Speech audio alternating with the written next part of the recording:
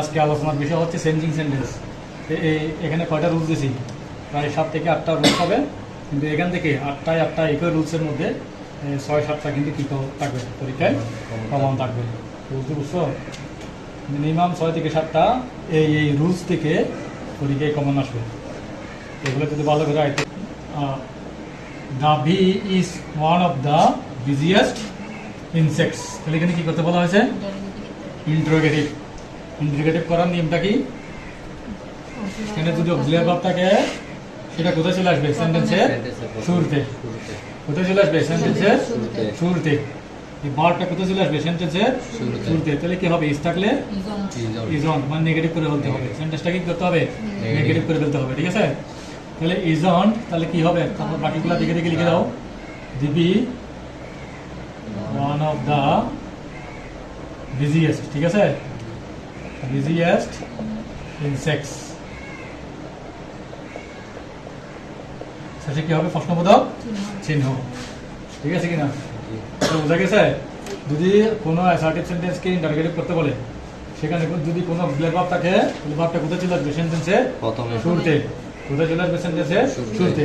আর বাকি সবগুলো দেখে দেখে লিখে দিবে, সেসব কি থাকবে? প্রশ্নবোধক চিহ্ন। উত্তর হয়ে গেছে। ঠিক আছে?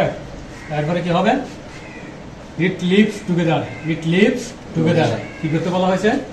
নেগেটিভ। নেগেটিভ মূল ভার্ব থেকে ডু ডাজ ডিড। যেহেতু নেগেটিভ করতে বলছে, তাহলে কি করবো? নেগেটিভ করবো। ডু ডাজ ডিডের সাথে নেগেটিভ করলে কি হবে? ডাজ নট হবে। এখানে এস যুক্ত আছে, তাহলে কি হবে? ডাজ হবে। তাহলে ইট লিভস টুগেদার, তাহলে it does not live alone. টুগেদারের বিপরীত শব্দ কি? অ্যালোন। টুগেদারের বিপরীত শব্দ কি? Alone. Bees collect from the nectar from the flowers and make honey. সেখানে কি করতে বলা হয়েছে? সিম্পল করতে বলা হয়েছে। এই সেন্টেন্সকে কি করতে বলা হয়েছে? সিম্পল। তাহলে এটা কিসের মধ্যে আছে? আগে সেন্টেন্স বুঝতে হবে কোন সেন্টেন্সের মধ্যে আছে। এটা কি কমপ্লেক্স আছে নাকি কম্পাউন্ডের মধ্যে আছে? কম্পাউন্ডে অ্যান্ড আছে না? যদি অ্যান্ড যুক্ত কম্পাউন্ড সেন্টেন্সকে আমরা যদি সিম্পল করি, তাহলে একটা জিনিস দেখবে, এখানে ভার্ব আছে না? ভার্বের প্রেজেন্ট ফর্মের সাথে কি যুক্ত করে দিবে? আইএনজি যুক্ত করে দিবে। আর এখানে যে সাবজেক্ট আছে সেটা অ্যান্ডের জায়গায় বসে যাবে। কি কোথায় বসে যাবে? অ্যান্ডের জায়গায় বসে যাবে। ঠিক আছে? সাবজেক্টটা বসবে তার জায়গায়, অ্যান্ডের জায়গায়। আর এখানে ভার্বের সাথে কি যুক্ত করে দিবে? আইএনজি। তাহলে আনসারটা কিরকম হবে? কালেক্টিং। Collecting from nectar. তাহলে এখানে কমা হবে, একটা কি হবে? বিস। কি হবে? বিস। সাবজেক্টটা অ্যান্ডের জায়গায় বসবে। মেক হানি। মেক হানি। ঠিক আছে কিনা? এটা উত্তর হয়ে যাবে। ঠিক আছে? 12 সেটা যুক্ত করে দিলে সিম্পল হয়ে যাবে। They work hard in spring. Complex করতে বলা হয়েছে। They work hard in spring. তারা বসন্তকালে কি করে? স্প্রিং এ কি সংগ্রহ করে? কি করে? কঠোর পরিশ্রম করে। They work hard in spring. Complex করতে বলা হয়েছে। তাহলে এখানে স্প্রিং মানে কাকে বোঝাচ্ছে? সময়কে। তাহলে যদি কমপ্লেক্স করার সময় যদি সময়কে বোঝায়, তাহলে কি আসবে? হয়েন আসবে। আর কারণ বোঝালে সিন্স অ্যাজ বিকজ হবে। Since as because. তাহলে আমরা যেভাবে আছে সেভাবে লিখবো। They work hard. ঠিক আছে? তাহলে এখানে ইন স্প্রিং দ্বারা কাকে বোঝানো হয়েছে? সময়কে। আমরা এখানে বুঝতে পারতেছি স্প্রিং একটা সময়। ঠিক আছে? তাহলে তারা কঠোর পরিশ্রম করে কখন? When it is spring. When কি? It is spring. When it is কি হবে? স্প্রিং। সময়। স্প্রিং মানে সময়কে বোঝাচ্ছে। ঠিক আছে? হোয়েন মানে কি? কোন একটা ঋতুকে বোঝাচ্ছে। বসন্ত। ঠিক আছে? স্প্রিং মানে কোন কাল? বসন্তকাল। ঠিক আছে? তাহলে দে ওয়ার্ক হার্ড, তারা কঠোর পরিশ্রম করে। ইন স্প্রিং কোন সময়ে? বসন্তকালে। হোয়েন। তাহলে when they work hard when it is spring. ঠিক আছে কিনা? তাহলে they work hard in spring. In spring এর জায়গায় কি হবে? When it is spring. এখানে স্প্রিং দ্বারা সময়কে বোঝাচ্ছে। ঠিক আছে? যদি কারণ বোঝাতো তাহলে সিন্স অ্যাজ বিকজ। ঠিক আছে? Since as because.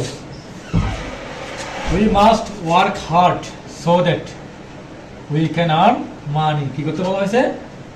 সিম্পল। তাহলে এখানে সেন্টেন্সটা কিসের মধ্যে আছে? কমপ্লেক্সে আছে। কেমনে বুঝবো? এখানে সো দ্যাট আছে। কি আছে? So that. সো দ্যাট যুক্ত কমপ্লেক্সকে যখন সিম্পল করবো, এই সো দ্যাটের পরিবর্তে কি বসে? টু বসে। আর বারবার প্রেজেন্ট ফর্ম থেকে শেষ পর্যন্ত বসে যায়। ঠিক আছে কিনা?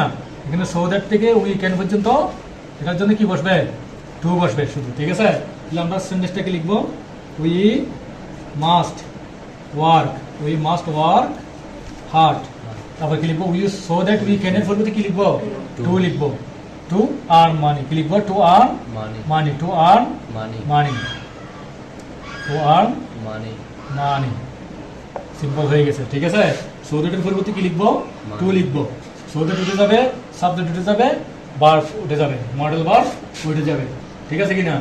তাহলে সো দ্যাট উই ক্যান এর পরিবর্তে আমরা কি লিখবো, শুধু টু লিখবো, ঠিক আছে কিনা। আর যদি টু যুক্ত সিম্পলকে কমপ্লেক্স করি, সো দ্যাট আসবে, সাবজেক্ট আসবে, মডেল ভার্ব আসবে, ক্যান অথবা কুড আসবে, ঠিক আছে কিনা। আচ্ছা, an idle man leads a very miserable life। কি করতে বলা হয়েছে, এক্সক্লেমেটরি করতে বলা হয়েছে, কি করতে বলা হয়েছে, এক্সক্লেমেটরি করতে বলা হয়েছে। তাহলে এখানে এক্সক্লেমেটরি করার নিয়মটা কি, প্রথমে হোয়াট অথবা হাউ বসে, প্রথমে হোয়াট অথবা হাউ বসে, আর্টিকেল থাকলে বসে, না থাকলে বসবে না, ঠিক আছে। ভেরি এবং গ্রেট থাকলে উঠে যায়, হ্যাঁ, অ্যাডজেক্টিভ বসে, ঠিক আছে। তাহলে আগে আমরা কি লিখবো, এখানে এসএমএস সিটু দিই, তাহলে এখানে আর্টিকেল থাকার কারণে কি আসবে, হোয়াট আসবে, হ্যাঁ থাকলে কি আসবে, আর্টিকেল এ অথবা এন থাকলে হোয়াট আসবে, আর না থাকলে হাউ আসবে। তাহলে হোয়াট, তাহলে এটা বসবে, ঠিক আছে। তাহলে ভেরি এবং গ্রেট থাকলে কি হয়ে যাবে, উঠে যাবে, ভেরি এবং গ্রেট থাকলে কি হয়ে যাবে, উঠে যাবে। তাহলে এরপরে কি লিখবো, মিজারেবল লিখবো, miserable life, what a miserable life, what a miserable life.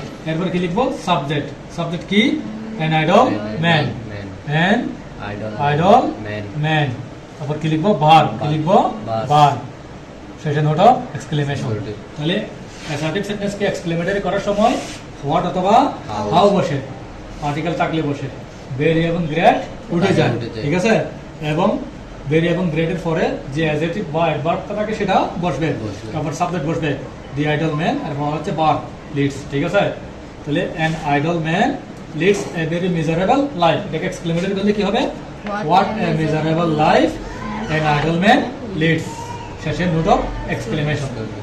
how devastating the war is, how devastating the war is। তাহলে কি হবে, এখানে কি করতে বলা হয়েছে, অ্যাসার্টিভ, কিসের মধ্যে আছে, এক্সক্লেমেটরি। ঠিক এটাকে যেভাবে করছি তার উল্টা হচ্ছে কি এটা। তাহলে প্রথমে কি আসবে, সাবজেক্ট আসবে, প্রথমে কি আসবে, সাবজেক্ট কি এখানে, the war, কি হবে, the war, ভার্ব কি, is। তাহলে হাউ থাকলে কি বলছিলাম, very devastating বলে, how was the war very is very devastating।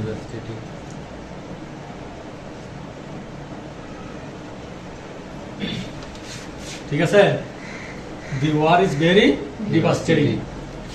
a patriot loves his country, কি করতে বলা হয়েছে, নেগেটিভ, কি করতে বলা হয়েছে, নেগেটিভ।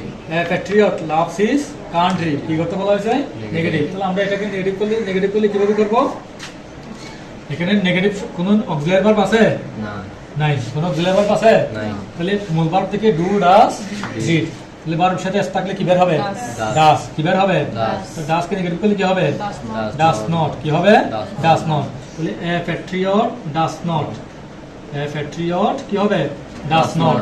তাহলে লাভের বিপরীত শব্দ কি, হেট, হেট হবে, কি হবে, হেট, does not hate his country, hate his country, ঠিক আছে। a patriot does not hate his country, একজন দেশ, এখানে টুগেদার বিপরীত শব্দ আছে অ্যালোন, কিন্তু এখানে লাভের বিপরীত শব্দ হচ্ছে হেট, লাভের বিপরীত শব্দ কি, হেট, ঠিক আছে কিনা।